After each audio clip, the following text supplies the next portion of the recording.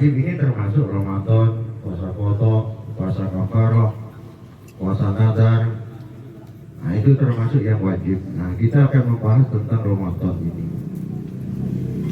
Syarat sah wajib, syarat sah puasa ini, syarat-syarat puasa ini terbagi dua, ada yang wajib, ada syarat sah. Jadi ada syarat wajib, ada syarat sah. Kapan kita diwajibkan berpuasa? Pertama kita kalau sudah balik.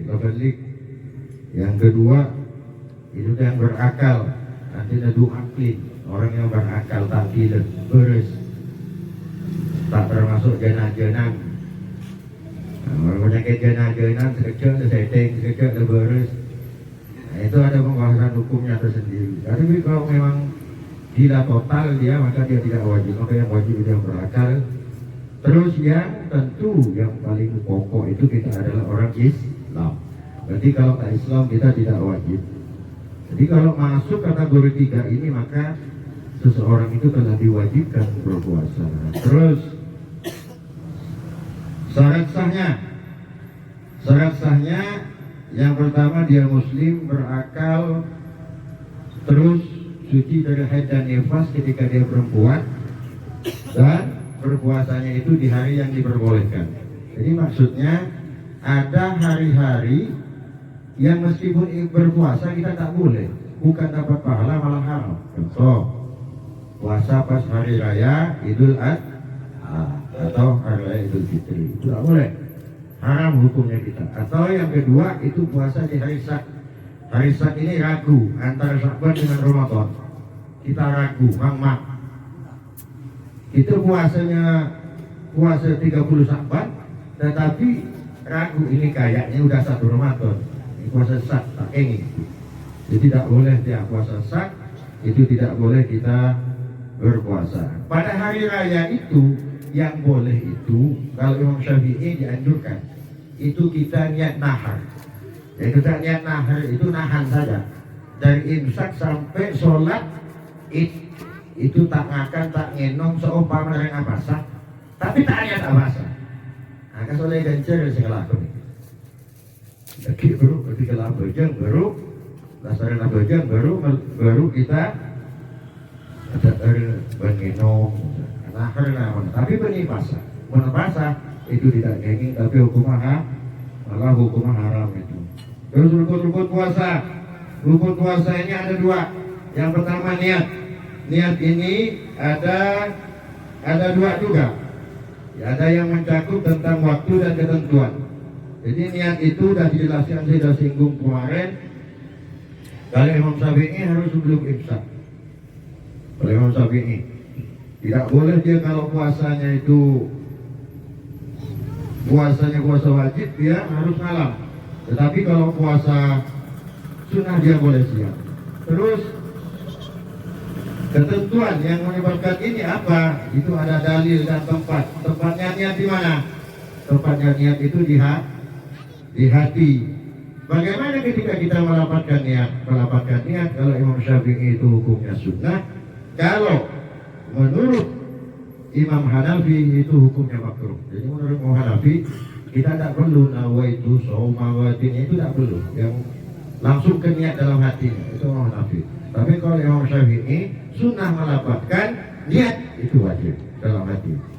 Tuh. Terus imsak. Yang disebut imsak ini adalah menahan kita dari yang membatalkan puasa mulai terbit fajar terbenam matahari. Puasa ada 3, ada puasanya orang biasa, orang awam namanya. Ada puasanya orang khusus, puasa khas. Ada khusus, ada puasa istimewa. Puasa orang biasa cuma sekedar tak makan, tak minum, dan yang membatalkan yang lain yang secara zahiriyah itu namanya puasa awam. Yang kedua puasa khas itu adalah puasanya orang khusus. Dia tidak hanya menahan dari apa yang dilakukan oleh orang puasa awam tadi, tetapi panca indera juga dia puasa. Mata puasa, kuping puasa, mulut puasa, hidung puasa, tangan puasa, kaki puasa. Panca indera ini tidak melakukan yang dilarang Allah, itu khas. Kalau istimewa sampai ke detak hati. Ini tidak bisa kecuali para anbiya wal mursalin, para nabi dan rasul. Cuma kita tak mampu. Koreng puasa nabi. Sekelas nabi kok puasa sampai ketemu ate apa keretak. Engkau apa asa? Oke. Itu hanya anbiya wal mursalin yang bisa melakukan seperti itu. Puasa yang seperti ini hanya anbiya dan mursalin. Kalau kita itu tidak bisa. Terus yang membatalkan itu sengaja makan dan minum. Nah, sengaja makan dan minum. Berarti pun sengaja, tak sengaja. Jika baru misalnya malam pertama sahur, karena biasa mungkin pertama ini biasa lupa. Jadi dengan tedung, kol belu, isi dengan kapan ke dapur, berbentuk saji, dia nyamu aja. Tak enggak aja abun apa sah. Promoro yang pakai akan ambil sebendeng. Kapan dia sebendeng pas enggak? Aduh, aku tak apa kok. Ambil deh. Yang ada di dalam mulut cepat keluarkan, yang masuk itu rezekimu. Kecil paling ngocak, aduh, tidak kalang-kalang aku terus lagi. Baru terus lagi bahasa betal. Sebenarnya dalam colok ini keluar, setelah masuk itu rezeki mungkin karena lupa banyak yang lupa. Ketika lupa, terus sengaja ngotai saja. Colok, belum boleh ngotai. Betul, mungkin ngotai tak sengaja, tak apa-apa. Terus sengaja keluar mani. Mungkin sengaja imake ngeteku, imake ngayang bayang penapa.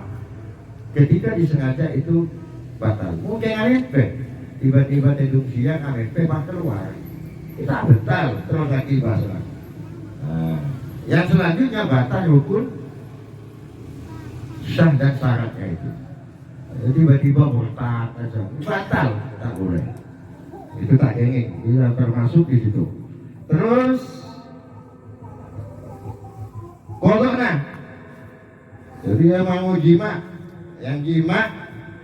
orang yang jima siang Ramadan, maka dia harus kodok dan kafarah.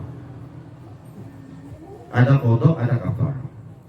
Kodok artinya fa'idatun min ayyamin ukhar, termasuk ayat Al-Quran itu apa selain ayat di situ kafarahnya adalah syahraini mutatabi'ain.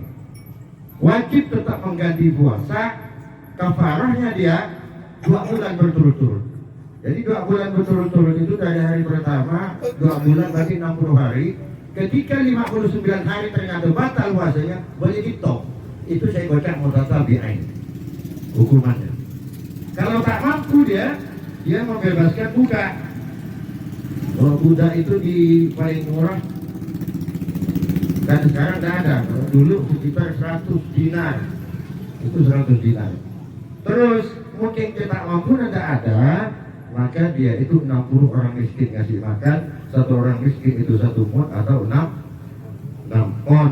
Nah, jadi kayak mungkin kapatin Pak. Begini nanti tidak kenapa, yang penting dibaca kira-kira aman, hasrat tak muncul, yang siang apa apa, tapi lebih baik itu menghindar ke wingila kok, karena kita tidak tahu. Terus yang selanjutnya masalah rusoh ini ada rusoh, ada azimah. Okay? Kalau yang nama azimah ini orang tak ada halangan apapun itu azimah. Ada rusoh. Dalam agama itu ada rusoh, ada azimah. Yang disebut rusoh ini keringanan, dispensasi.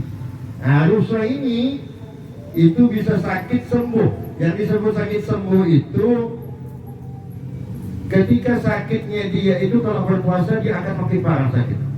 Itu pertama. Yang kedua, ketika berpuasa, dipaksakan berpuasa, masa sembuhnya akan makin lama. Tuh. Yang kedua itu musafir. Terus yang ketiga tidak mampu, termasuk orang karena udah tua, hamil, menyusui. Jadi ada karena hamil, ada karena menyusui. Ada tua renta.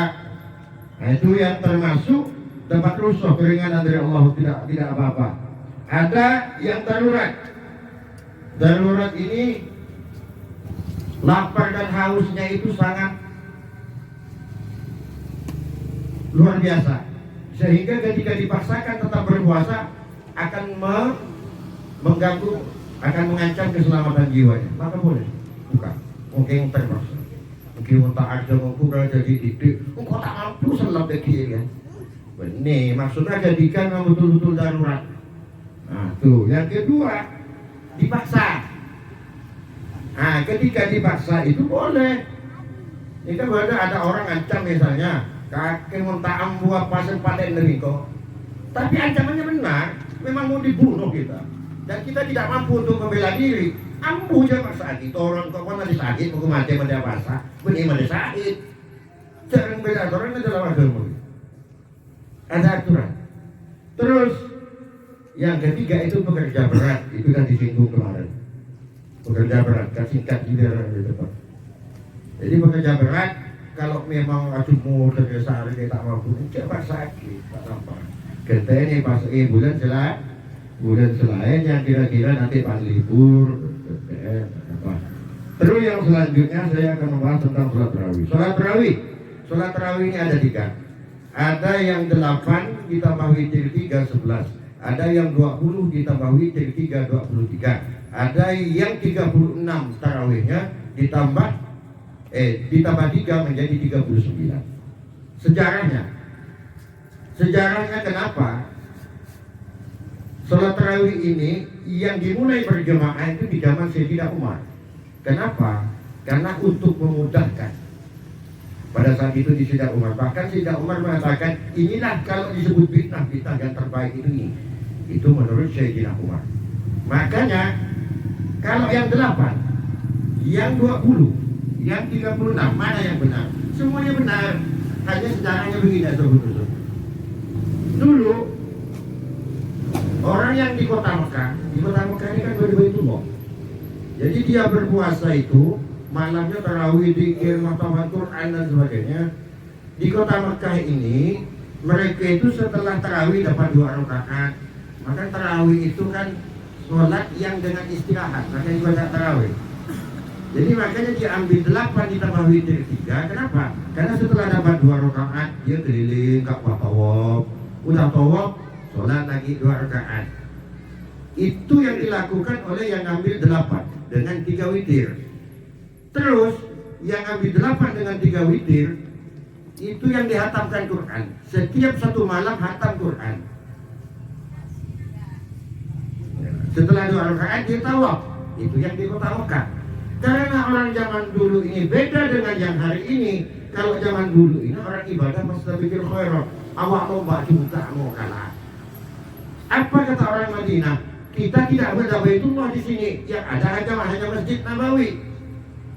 Untuk mengimbangi ibadah orang yang di kota Mekah, karena dia ada Baitullah, maka ngambillah yang 20 rakaat ditambah witir 3 menjadi 20 di sholatnya di Masjid Nabawi, sama dengan 1000 kali di masjid kita. Nah itu pahalanya. Jadi biar tidak kalah dia, karena di Mekah pakai Baitullahnya, ada tawafnya. Di Madinah tidak ada tawafnya, hanya di Masjid Nabawi, makailah dia itu yang 23. Yang 36 ditambah witir 3 jadi 39, itulah di Mesir dan wilayah-wilayah lain di Arab saat itu. Kenapa? Karena Baitullah tidak ada, Masjid Nabawi juga tak punya. Berlomba-lomba untuk mengimbangi ibadah dari 2 tempat ini, maka mereka menggunakan yang 36 ditambah witir 3 menjadi 39. Nah itu orang zaman dulu berlomba-lomba dia. Nah jadi kalau sekarang, kalau kita tarik ke zaman sekarang, mana yang benar ini? Yang 8, 20, yang 36, yang benar yang mana? Benar semua. Yang salah itu kita tarawih. Tapi kalau ingin ikut dari asbabun nuzul dari sejarahnya, yang lebih pas itu kita ngambil tengahnya. Berapa? Dubo lo tambah lo, jadi dubo lo. Mun telo 6 takok jemaah tak ada paku karai jadi mun tarawih ini kita lebih biasa yang sudah pengalaman tahunan kita malam pertama penuh tak buat masjid nanti pakai tenda kapan oleh telo malam tenda tak ada terus kapan oleh 10 malam asap ibu saya masjid lelang telo rusak kapan lah kare betong hari 10 hari kare sebaris paling mendingan dari lahir kare Pak Jitoli, Pak Hermali, biasa 2 tahun berketok bisa sampai selesai. Mudah-mudahan selain itu kita kompak, torehan juga kaget, kita abid, kalian ada yang cepat terawih, kasih maletaan ini. Maletaan, sepenting sangat rukun lepas, pasti terima orang ada terawih. Meskipun tak sempurna, sebagaimana yang dilakukan oleh para sahabat Nabi. Yang terakhir, zakat. Karena penting. Zakat itu ada beberapa pendapat ulama.